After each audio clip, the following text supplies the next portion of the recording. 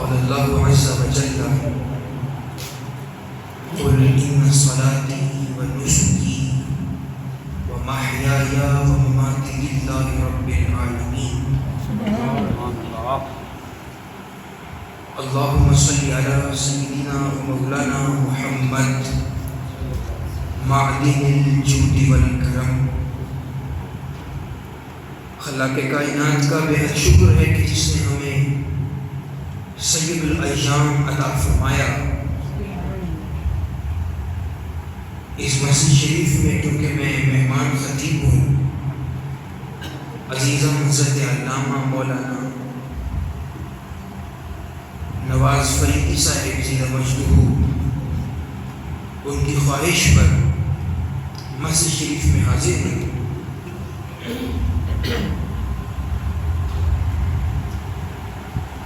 بلا تمہید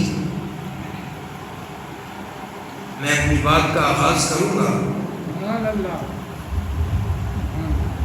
اللہ عز و جل ارشاد فرماتا ہے، محبوب فرما دیجئے ان صلاتی، بے شک میری نماز، ونسکی، اور میری قربانی، ومحیائی، اور میری حیات، ومماتی، اور میری موت، للہ رب العالمین، اس رب کے لیے ہے جو سارے جہانوں کا رب ہے. آیت کریمہ سے واضح ہو گیا کہ اللہ رب العزت ہمیں عقیدہ دے رہا ہے، عقیدے کی وضاحت فرما رہا ہے. پہلی چیز جو آیت سے ثابت ہوئی وہ یہ ہے کہ خدا عقیدے کا اظہار فرما رہا ہے. یہ ایک عقیدے کی بات ہے. اور دوسری چیز جو ذہن میں آتی ہے وہ یہ ہے کہ خدا عقیدہ اس کی زبان سے ارشاد فرما رہا ہے جو خدا کا نائب مطلق ہے. پتہ چلا عقیدہ بڑی اہم چیز ہے، بڑی خاص چیز ہے کہ خدا نمبر 1 قرآن میں ذکر فرما رہا ہے، نمبر 2 اس کی زبان سے ذکر فرما رہا ہے جو صادق ہے، جو امین ہے. پتہ چلا عقیدے کی بہت اہمیت ہے کیونکہ حضور کی زبان سے یہ بات آئی ہے. اب آپ دیکھیے، اصل چیز یہ ہے کہ ہمارا استاد کون ہونا چاہیے، مرشد کون ہونا چاہیے، جس سے عقیدہ لیا جائے وہ کیسا ہونا چاہیے. اگر استاد، مرشد، شیخ، پیر درست نہیں ہے تو عقیدہ سیکھنے کے بعد نتیجہ بھی درست نہیں نکلے گا. نتیجہ درست تب نکلے گا جب عقیدہ سکھانے والا کامل ہو، عقیدہ پڑھانے والا مکمل ہو. اگر عقیدہ دینے والا ہی کامل نہیں ہے، مکمل نہیں ہے، تو عقیدہ ٹھیک سمجھ نہیں آئے گا. اب آپ دیکھیے، جن کے پیر اور جن کے مرشد کامل تھے انہوں نے تو اس آیت سے عقیدہ بڑا بہترین سمجھ لیا، لیکن جن کے شیوخ کامل نہیں تھے، مکمل نہیں تھے، اکمل نہیں تھے، انہوں نے اس آیت کریمہ سے عقیدہ صحیح نہیں لیا، عقیدہ درست نہیں لے سکے. پہلی چیز، پہلا اعتراض جو مختلف فرقوں کی جانب سے ہوتا ہے، وہ کہتے ہیں اللہ تو فرماتا ہے، محبوب کہہ دیجئے نماز میرے لیے. نماز کس کے لیے؟ میرے لیے. لیکن نماز کا تعلق رب کے ساتھ ہے. اب عقیدہ صحیح استاد سے نہیں پڑھا، صحیح مرشد سے نہیں پڑھا، کامل پیر سے نہیں پڑھا، تو نتیجہ کیا ہوگا؟ بربادی ہوگی. وہ نتیجہ یہ نکلا کہ کہنے والوں نے یہاں تک کہہ دیا کہ نماز خالص ہے اللہ کے لیے. جب خالص ہے اللہ کے لیے تو پھر نماز میں غیر اللہ کا ذکر نہیں ہو سکتا، نماز میں غیر اللہ کی سوچ نہیں آ سکتی، نماز میں غیر اللہ کا دھیان نہیں آ سکتا۔ پھر ایک بندہ نجد کی سرزمین سے اٹھا، نام اس کا محمد ہے، باپ کا نام اس کے عبد الوہاب ہے۔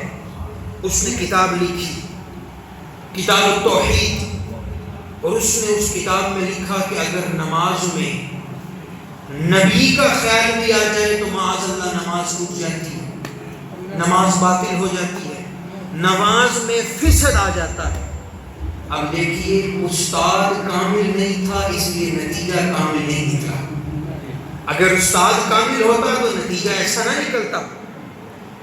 اس کی کتاب کا ترجمہ کیا گیا ہمارے دہلی کے ایک عالم نے، تقویۃ الایمان کے نام سے 6 عقیدے اس نے اپنی کتاب میں لکھے کہ خدا فرماتا ہے نماز اللہ کے لیے، یعنی نماز میں اللہ کے علاوہ کسی کا تصور نہیں آ سکتا، مصطفیٰ کا تصور نہیں آ سکتا، حبیب کبریا کا تصور نہیں آ سکتا۔ اب استاد کامل نہیں تھا۔ اچھا، سوال یہ ہے کہ جن کے استاد کامل ہوں وہ کیا نتیجہ نکالتے ہیں؟ جن کے استاد مکمل ہوں وہ کیا نتیجہ نکالتے ہیں؟ تو سماعت فرمائیے، محبوب جانے جانا علیہ السلام کے آخری ایام ہیں، سرکار کا وصال ہونے والا ہے۔ حضور نے اپنے بیت منور میں ام المومنین سید عائشہ سے فرمایا، عائشہ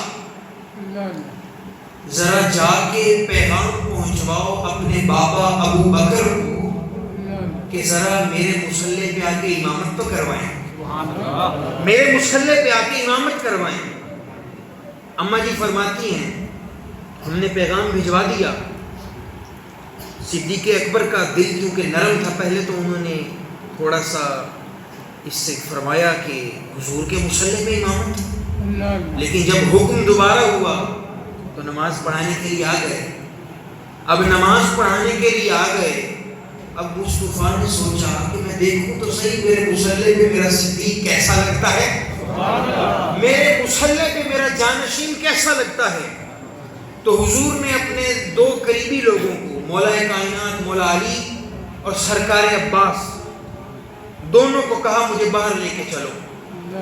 دونوں نے حضور کو سہارا دیا، بلکہ یہ جملہ زیادہ بہتر ہوگا کہ حضور کے ذریعے سے دونوں نے اپنے مقدر کو سہارا دیا۔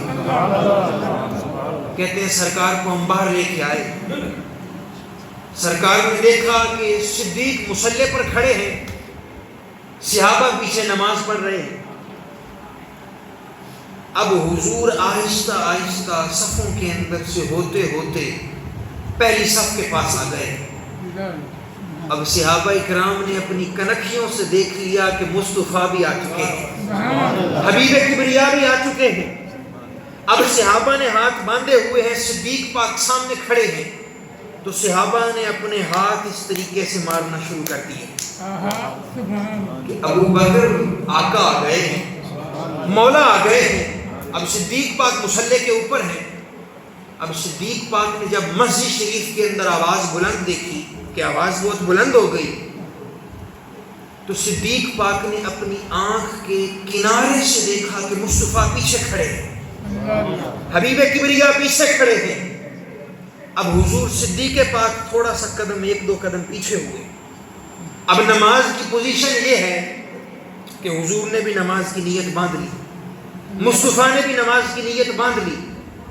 اب مصطفیٰ پہلے رکوع کے لیے کہتے ہیں اللہ اکبر، اس اللہ اکبر کے بعد صدیق کہتے ہیں اللہ اکبر، اور صدیق جب اللہ اکبر کہتے ہیں پھر صحابہ رکوع میں جاتے ہیں۔ اب میں آپ کے سامنے ایک سوال رکھتا ہوں۔ اعتراض کرنے والے بدعقیدہ شخص نے اعتراض کیا کہ اس آیت سے تو ثابت ہوتا ہے کہ نماز اللہ کے لیے ہے، نماز میں غیر اللہ کا خیال نہیں آ سکتا۔ اب ذرا بتائیے، صدیق مصلی امامت پر امامت فرما رہے ہیں اور کنکھیوں سے دیکھ رہے ہیں چہرہ مصطفیٰ کو، آنکھیں پھیر پھیر کے دیکھ رہے ہیں چہرہ بددہا کو۔ ذرا اپنے دل پہ ہاتھ رکھ کے بتائیے، صدیق کی نماز میں خیال مصطفیٰ آیا یا نہیں آیا؟ صدیق کی نماز میں مصطفیٰ کا خیال آ گیا۔ اچھا محض صدیق کی نماز بھی نہیں، صدیق اکبر کے پیچھے پڑھنے والے تو اور بھی صحابہ تھے جنہوں نے حضور کو دیکھا تو دیکھنے کے بعد ہاتھوں پہ ہاتھ مارے۔ تو فاسق بندہ، بدعقیدہ بندہ تو کہتا تھا کہ نماز میں خیال آ جائے تو نماز باطل ہو جاتی ہے۔ یہاں ابو بکر سے لے کر بلال تک سب کی نماز میں مصطفیٰ ہی مصطفیٰ، سب کی نماز میں جو خیال آ رہا ہے وہ کس کا ہے؟ وہ مصطفیٰ کا خیال ہے۔ پتہ چلا اگر کامل مرشد سے قرآن سمجھیں گے تو قرآن سمجھ آئے گا، مکمل مرشد سے قرآن سمجھیں گے تو قرآن سمجھ آئے گا۔ دوسرا اعتراض، کہنے والے نے کہا اس آیت کریمہ میں اگلا لفظ ہے باری تعالیٰ میری قربانی بھی تیرے لیے۔ قربانی کس کے لیے؟ تیرے لیے۔ باری تعالیٰ قربانی تیرے لیے۔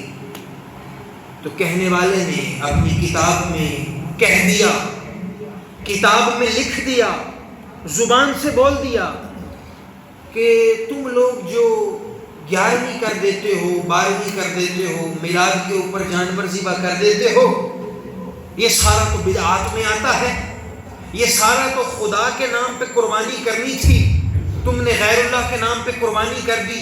قرآن تو کہتا ہے کہ قربانی اللہ کے لیے، تم قربانی کبھی مصطفیٰ کے نام کی کر دیتے ہو، کبھی مرتضیٰ کے نام کی کر دیتے ہو، کبھی مجتبیٰ کے نام کی کر دیتے ہو۔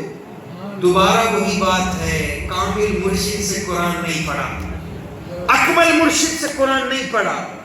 اگر اکمل مرشد سے قرآن پڑھا ہوتا، علامہ محمد بن محمد آل ہاشم ماتریدی فرماتے ہیں اہل السنہ کا یہ عقیدہ ہے، سنی لوگ یہ عقیدہ رکھتے ہیں، ہمارا اجماعی عقیدہ ہے کہ جب ہم جانور کی گردن پہ چھری پھیرتے ہیں تو نام لیتے ہیں رب کا، نام لیتے ہیں ہم پروردگار کا، نام لیتے ہیں ہم خالق کا، لیکن کبھی ایصال ثواب کرنا ہو تو اس کے محبوب کو کر دیتے ہیں، کبھی ثواب پہنچانا ہو تو اس کے محبوب کو پہنچا دیتے ہیں۔ اور علامہ فرماتے ہیں محمد بن محمد آل ہاشم ماتریدی، پوری دنیا کے اندر افریقہ سے لے کے یورپ تک، یورپ سے لے کے امریکہ تک، امریکہ سے لے کے عرب ممالک تک، عرب سے لے کے ہند تک، کوئی بھی ایک مسلمان نہیں ہے جس کا یہ عقیدہ ہو کہ جانور کی گردن پہ اگر چھری پھیری جائے اور غیر اللہ کا نام لے لیا جائے تو قربانی ہو جاتی ہے۔ کسی کا عقیدہ نہیں ہے۔ ہاں، سب کا عقیدہ یہ ضرور ہے کہ قربانی تو ہم اللہ کے نام کی کرتے ہیں، لیکن اس کا ثواب ہم 11ویں والدین کو پہنچا دیتے ہیں۔ قربانی تو ہم اللہ کے نام کی کرتے ہیں، لیکن اس کا ثواب ہم پاک پتن کے شہنشاہ کو پہنچا دیتے ہیں۔ قربانی تو ہم اللہ کے نام کی کرتے ہیں، لیکن اس کا ثواب لاہور کے شہنشاہ علی بن عثمان حجویری کو پہنچا دیتے ہیں۔ اور علامہ فرماتے ہیں اگر کوئی بندہ قرآن کی اس آیت سے یہ نتیجہ نکال لے کہ معاذ اللہ جو ایصال ثواب کے لیے ہم لوگ قربانی کرتے ہیں وہ جائز نہیں ہے، تو علامہ فرماتے ہیں صرف عام عوام ہی اس فتوے کی زد میں نہیں آئے گی، تابعین بھی اس فتوے کی زد میں آ جائیں گے، تبع تابعین بھی اس فتوے کی زد میں آ جائیں گے، اور خود صحابہ بھی اس فتوے کی زد میں آ جائیں گے۔ پتہ کیا چلا؟ پتہ یہ چلا میرے بھائی، قرآن کو سمجھنا ہے تو کسی کامل سے سمجھنا ہے، کسی اکمل سے سمجھنا ہے، کسی مکمل سے سمجھنا ہے۔ یہ دو اعتراضات ہو گئے۔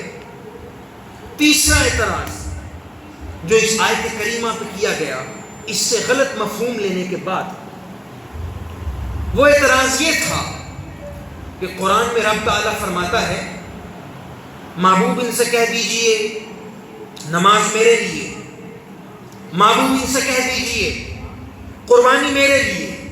اچھا محبوب ان سے کہہ دیجئے کہ حیات، زندگی جو یہ جیتے ہیں وہ بھی میرے لیے، زندگی بھی رب کے لیے۔ اب کچھ لوگوں نے اس آیہ کریمہ سے ایک نتیجہ نکالا، نتیجہ درست نہیں ہے، نتیجہ بہتر نہیں ہے۔ وہ نتیجہ یہ نکالا گیا کہ کچھ لوگوں نے یہ سمجھ لیا کیونکہ زندگی اللہ کے لیے ہے تو اپنے بالوں کو بکھرا لیا جائے، گھر سے باہر نکل جایا جائے، شادی نہ کی جائے، مسجد میں نہ آیا جائے، دور جنگلوں میں نکل جاؤ، وہاں جا کے عبادت کرنا شروع کر دو، وہاں جا کے خدا کی پرستش کرنا شروع کر دو، وہاں جا کے خدا کو یاد کرنا شروع کر دو۔ اب یہ عقیدہ اہل سنہ کا عقیدہ نہیں ہے، سنی اس عقیدے کا قائل نہیں ہے۔ آپ دیکھیے سرکار دو عالم علیہ السلام کا فرمان ہے، حضور فرماتے ہیں لا رہبانیت فی الاسلام، اسلام میں رہبانیت نہیں ہے، اسلام میں گھر سے باہر نکل جانا نہیں ہے۔ اچھا میں کسی کے اوپر اعتراض کیے بغیر ایک چیز عرض کر دوں، اعتراض کیے بغیر اگر کوئی بندہ شادی شدہ ہے، اس کا ایک گھر ہے، اس کی بیوی ہے، اس کے بچے ہیں، ماں باپ ہیں، خرچے کی ذمہ داری اس کے اوپر ہے، اور یہ کہتا ہے کہ قرآن میں رب نے تو کہا ہے کہ حیات میرے لیے، زندگی میرے لیے، جوانی میرے لیے، تو میں اپنے گھر سے نکل جاتا ہوں، ذرا 40 دن میں ادھر لگاؤں، 50 دن میں ادھر لگاؤں، 56 دن میں وہاں پہ بیٹھ جاؤں، 2 مہینے میں وہاں پہ بیٹھ جاؤں، 1 سال میں وہاں پہ بیٹھ جاؤں۔ اب سرکار فرماتے ہیں لا رہبانیت فی الاسلام، اسلام میں تو رہبانیت نہیں ہے، اسلام میں گھر والوں کو چھوڑ کے چلے جانا یہ چیز زیادہ بہتر نہیں ہے۔ اس کی میں آپ کو مثال دیتا ہوں، آپ کو لطف آئے گا۔ خواجہ خواجگان، خواجہ بحر و بر، سیدی و سندی مرشدی آقائی شیخ الاسلام والمسلمین حضرت بابا فرید الدین مسعود گنج شکر رضی اللہ تعالی عنہ، آپ کے 2 خلفاء ہیں، ایک خلیفہ کو نظام الدین اولیاء کہا جاتا ہے اور دوسرے خلیفہ کو علاء الدین علی احمد صابر کہا جاتا ہے۔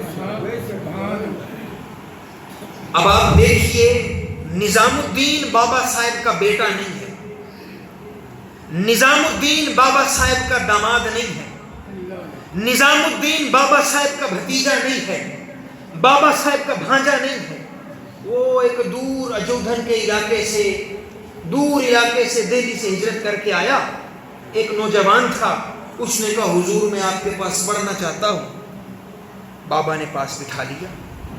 اب دوسری طرف علاء الدین ہے، وہ داماد بھی ہے، وہ بھانجا بھی ہے، اس کی ذمہ داری بھی بابا صاحب کے اوپر ہے، لیکن سوال یہ ہے کہ بابا صاحب کا خلیفہ اعظم، بڑا خلیفہ نظام الدین کیوں بن گیا، علاء الدین کیوں نہیں بنا؟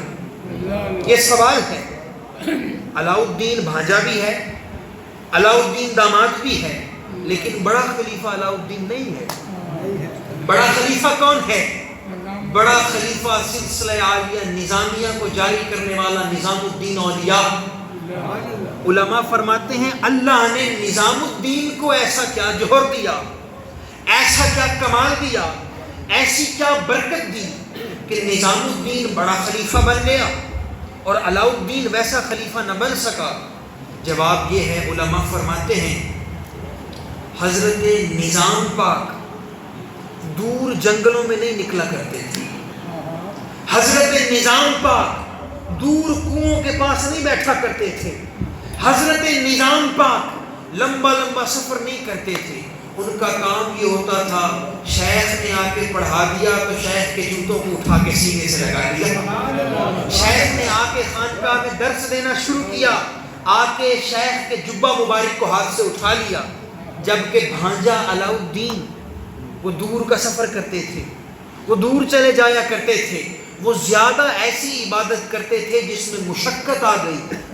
تو دیکھیے ایک طرف تو مشقت آ گئی زیادہ، اور ایک طرف مشقت نہیں ہے، صرف فیض ہی فیض ہے، صرف فیض کے جلوے ہیں، تو خدا نے نظام الدین کو بڑا مقام عطا فرمایا۔ کس وجہ سے؟ کہ نظام الدین گھریلو معاملات بھی دیکھتے ہیں، دنیاوی معاملات بھی دیکھتے ہیں، جبکہ صابر پاک گھریلو معاملات نہیں دیکھتے، وہ گھر سے چلے جاتے ہیں، انہوں نے نکاح نہیں فرمایا، اس لیے آپ دیکھیے کہ سلسلہ عالیہ صابریہ جو چشتی سلسلے کی ایک شاخ ہے، یہ ویسے نہیں پھیل سکا جیسے نظامیوں کا فیض پھیلا۔ وجہ کیا ہے؟ انہوں نے آیت کریمہ کے اوپر پورا غور کیا، آیت کریمہ کو پورا سمجھنے کی کوشش کی۔ لیکن اس سے ایک اور بھی ذہن میں بات رکھیے کہ اگر کوئی یہ سمجھتا ہے کہ چلہ مطلقاً حرام ہے، چلہ مطلقاً حرام نہیں ہے۔ پے در پے چلے پہ چلہ لگانا منع ہے، گھر کو بہت زیادہ دیر کے لیے چھوڑنا منع ہے۔ ہاں، کسی ولی کے دربار پر، کسی اللہ والے کی قبر پر 40 دن کے لیے بیٹھ جانا یہ صلحاء سے ثابت ہے۔ حضور فاتح سید فرید العصر خواجہ ابو النصر منظور احمد شاہ رحمہ اللہ تعالی، ان سے بھی ثابت ہے، آپ نے بھی بابا صاحب کے مزار پہ چلے فرمائے ہیں۔ مطلقاً چلہ لگانا منع نہیں ہے، لیکن جو میں نے آپ کے سامنے بات عرض کی ہے کہ گھر سے نکلے ہیں، سر کے اوپر سامان باندھا ہوا ہے، کاندھوں کے اوپر چادریں باندھی ہوئی ہیں، اور گھر سے نکل گئے تو واپس آنے کا نام ہی نہیں ہے، اس چیز کا امام فرماتے ہیں اہل السنہ کے ساتھ تعلق نہیں ہے۔ 3 اعتراض ہو گئے، ان کے 3 جوابات ہو گئے۔ چوتھی چیز، خدا نے کہا تھا محبوب میرے بندوں سے کہہ دیجئے نماز میرے لیے، قربانی میرے لیے، حیات میرے لیے، یعنی زندگی، اس کا ذکر ہو گیا۔ اور چوتھے نمبر پہ میرے بندوں کو یہ عقیدہ دے دیجئے کہ موت اور ممات بھی میرے لیے، یعنی اگر مرنا ہے تو کس کے لیے مرنا ہے؟ خدا کے لیے مرنا ہے۔ اب آپ دیکھیے کچھ لوگ آئے، حضور نبی رحمت علیہ السلام ارشاد فرماتے ہیں میری امت کا بدترین فرقہ، میری امت کا بدترین گروہ جو نکلے گا، وہ نمازیں تم سے زیادہ پڑھتے ہوں گے، وہ حج تم سے زیادہ کرتے ہوں گے، وہ زکوٰۃ تم سے زیادہ دینے والے ہوں گے، وہ نفل تم سے زیادہ پڑھنے والے ہوں گے، لیکن سرکار فرماتے ہیں میرے بعد آئیں گے، دین سے ایسے نکل جائیں گے جیسے دودھ سے بال نکل جاتا ہے، دین سے ایسے جدا ہو جائیں گے جیسے دودھ سے یا پانی سے بال جدا ہو جاتا ہے۔ اب سوال یہ ہے کہ یہ گروہ کون سا گروہ ہے؟ یہ گروہ، یہ فرقہ کون سا فرقہ ہے؟ یہ وہی لوگ ہیں جنہوں نے آیت کریمہ کو صحیح سے سمجھا، آیت کریمہ کو صحیح سے سمجھا نہیں۔ حضور ارشاد فرماتے ہیں، اور حضور ارشاد بھی فرماتے ہیں کسی ایسے ویسے بندے کو نہیں، اپنے پیارے علی ابن ابی طالب کو، علی کے نام پہ تو آپ کو چھوڑ کے سبحان اللہ کہنا چاہیے۔ ارشاد فرماتے ہیں اے علی، تمہارے دور میں کچھ لوگ آئیں گے، تم ان کی تلاوت دیکھو گے تو تمہارے سے زیادہ، تم ان کا روزہ دیکھو گے تمہارے سے زیادہ، تم ان کے نفل دیکھو گے تمہارے سے زیادہ، تم ان کی عبادت دیکھو گے تمہارے سے زیادہ، لیکن دین سے نکلے ہوئے ہوں گے، دین سے باہر ہوں گے۔ اب یہ وہ لوگ ہیں جنہوں نے قرآن کی اس آیت کو غلط سمجھ لیا، انہوں نے سوچا اللہ فرماتا ہے موت میرے لیے۔ آپ کو یاد ہوگا بزرگ کئی بیٹھے ہیں، جوان بھی بیٹھے ہیں، 2008 میں 9 میں اور 10 میں پاکستان میں خود کچھ دھماکے ہوتے تھے بہت زیادہ، بابا صاحب کے مزار پہ دھماکہ، داتا صاحب کے مزار پہ دھماکہ، حضرت عثمان مروندی کے مزار پہ دھماکہ۔ اب یہ وہ لوگ ہیں جو سمجھتے ہیں کہ ہم اپنی جان اللہ کے لیے دے رہے ہیں، لیکن غیب دان نبی 1400 سال پہلے جانتا ہے اللہ کے لیے جان نہیں دے رہے، شیطان کے لیے دے رہے ہیں۔ غیب دان نبی 14 صدیاں پہلے جانتا ہے کہ یہ لوگ اللہ کے لیے جان نہیں دے رہے۔ سرکار نے فرما دیا لوگ آئیں گے۔ مولا کائنات فرماتے ہیں، آپ کا خود کا قول ہے، آپ فرماتے ہیں جب ہماری جنگ ہوئی خوارج کے ساتھ، جن کے بارے میں حضور نے فرمایا تھا عبادت تمہارے سے زیادہ، روزہ تمہارے سے زیادہ، نفل تمہارے سے زیادہ، حج تمہارے سے زیادہ، مولا کائنات فرماتے ہیں جب ہمارا اور ان کا ٹاکرا ہوا، ہمارا اور ان کا مقابلہ ہوا، ہمارا اور ان کا آپس میں آ کے آمنا سامنا ہوا تو ان کو خدا پہ ایسا یقین، اب ہیں کون خارجی، ہیں کون مصطفیٰ نے فرما دیا دین سے نکل گئے. آپ توجہ کیجئے گا، مولا کائنات فرماتے ہیں جب ان کا ہمارے سے ٹاکرا ہوتا اور میری جماعت کا کوئی بندہ کسی خارجی کو تلوار لگا دیتا تو خارجی ایسا جملہ زبان سے نہیں نکالتا تھا جس سے ناشکری ہو جائے. اب ہے خارجی، اب آپ نے تصور کرنا ہے، غور کرنا ہے، دین سے نکلا ہوا، علی کے مقابلے میں جنگ کرنے والا، علی کے خلاف تلوار اٹھانے والا، مصطفیٰ نے فرما دیا کہ دین سے ان کا کوئی تعلق نہیں ہے. مولا کائنات فرماتے ہیں جب کسی خارجی کی ران پہ تلوار لگتی تھی تو وہ یہ نہیں کہتا تھا یا اللہ مجھے زخم لگ گیا، ہائے میرے بیوی بچوں کا کیا ہوگا، یا اللہ مجھے چوٹ لگ گئی. اب وہ خارجی کہتا تھا باری تعالیٰ میں تیرا بندہ ہوں، میں تیرے لیے مر رہا ہوں. اب ہے خارجی، ہے جہنم میں جانے والا. ان کے بارے میں الفاظ آیا جہنم کے کتوں میں سے کتے، حدیث پاک کے الفاظ ہیں. مولا کائنات کے خلاف تلوار لے کے نکلے، لیکن عجیب بات ہے کہ قتل ہو رہے ہیں اور کہتے کیا ہے باری تعالیٰ تیری راہ میں نکلے تھے، تیری راہ میں قتل ہو گئے، تیری راہ میں نکلے تھے، تیری راہ میں ہمیں موت آ گئی. اب یہ وہ لوگ ہیں جو آیت کریمہ کا مقصد صحیح نہیں سمجھے.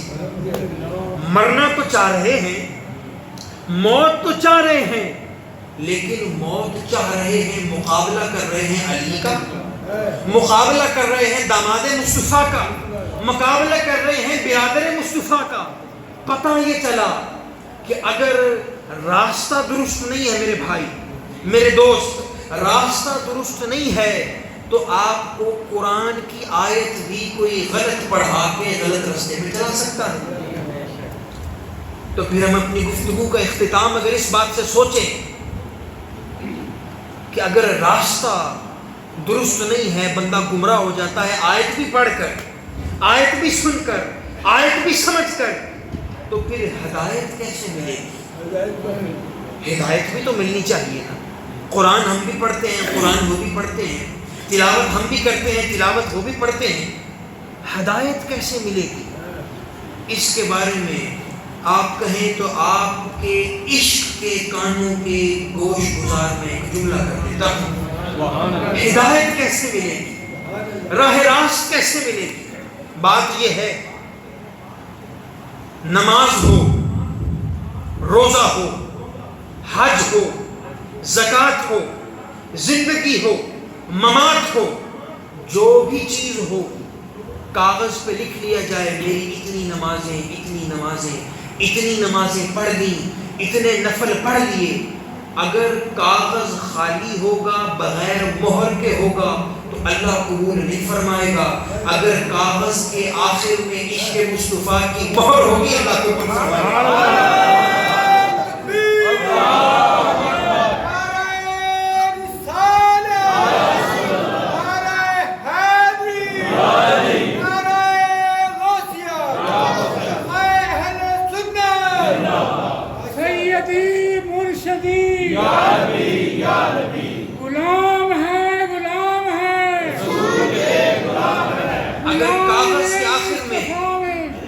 مہر لگی ہوگی عشق مصطفیٰ کی، مہر لگی ہوگی اتباع محمد کی، مہر لگی ہوگی حبیب کبریا کے جلووں کی، نماز وہ قبول ہوگی، روزہ وہ قبول ہوگا، حج وہ قبول ہوگا، زکوٰۃ وہ قبول ہوگی، زندگی وہ قبول ہوگی، موت وہ قبول ہوگی.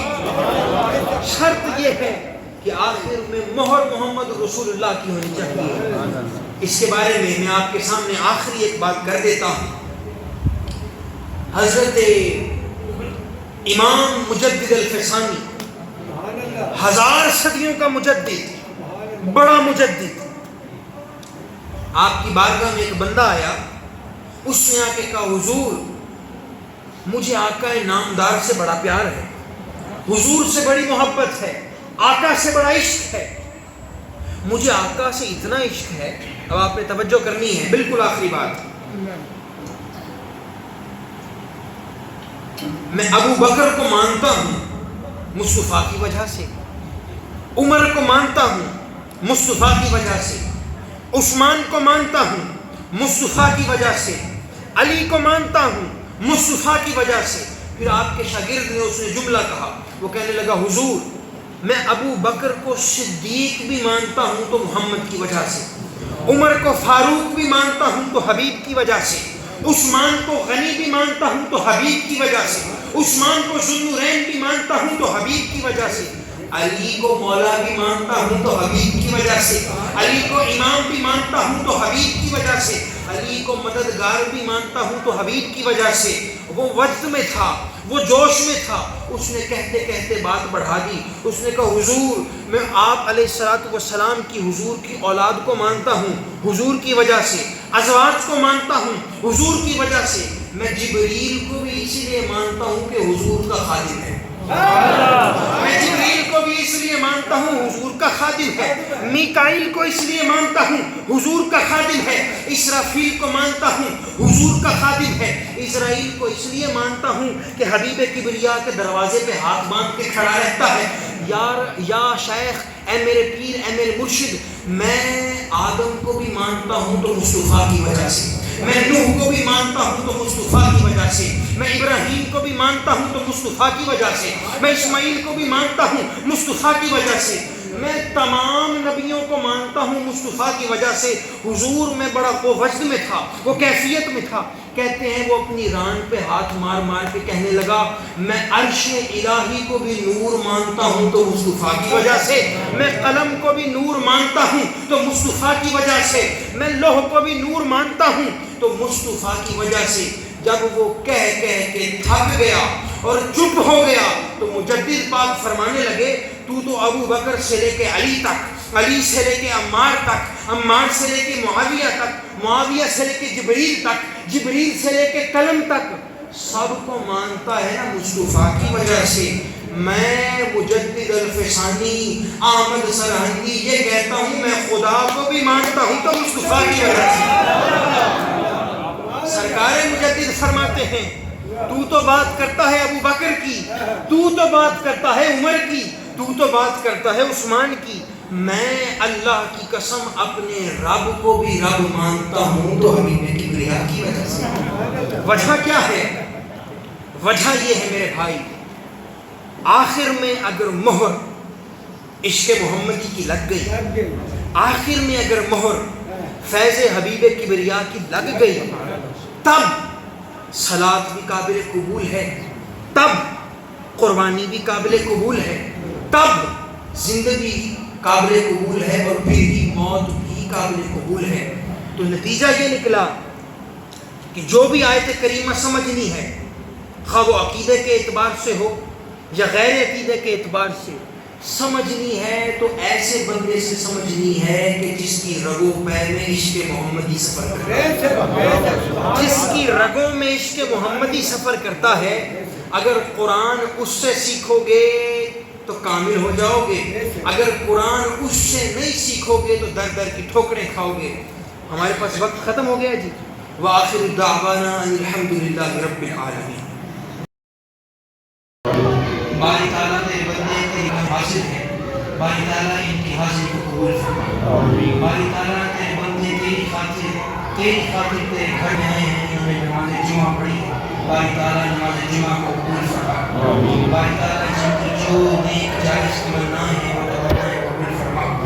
یا الہی اپنی ذات کبریا کے واسطے رحم کر ہم پر محمد مصطفیٰ کے واسطے۔ باری تعالیٰ جن کا ذریعہ معاش بہتر نہیں ہے ان کو اپنے خزانہ غیب سے بہترین ذریعہ معاش عطا فرما۔ باری تعالیٰ جن کے ہاں اولاد نہیں ہے ان کو حضور کی پاک اولاد کا صدقہ، حضور کی پاک ذریت کا صدقہ، حضور کی پاک آل کا صدقہ نیک اور صالح اولاد عطا فرما۔ باری تعالیٰ تیرے جو بندے بیمار ہیں، پریشان حال ہیں، جن کا کوئی علاج نہیں مل رہا، باری تعالیٰ تو عامل بیمار کا صدقہ، باری تعالیٰ حسن مسنہ کا صدقہ، باری تعالیٰ عبدالعزیز ابن مسلم کا صدقہ، باری تعالیٰ کربلا معلیٰ کے بیماروں کا صدقہ ان سب بیماروں کو شفا عطا فرما۔ حضور کی آل کا صدقہ کرم فرما، حضور کی آل کا صدقہ رحم فرما۔ باری تعالیٰ ملت اسلامیہ پر رحم فرما، ملت اسلامیہ پر کرم فرما۔ باری تعالیٰ غزہ کے مسلمانوں کی خیر فرما، غزہ کے مسلمانوں کی خیر فرما، باری تعالیٰ غزہ کے مسلمانوں کی خیر فرما۔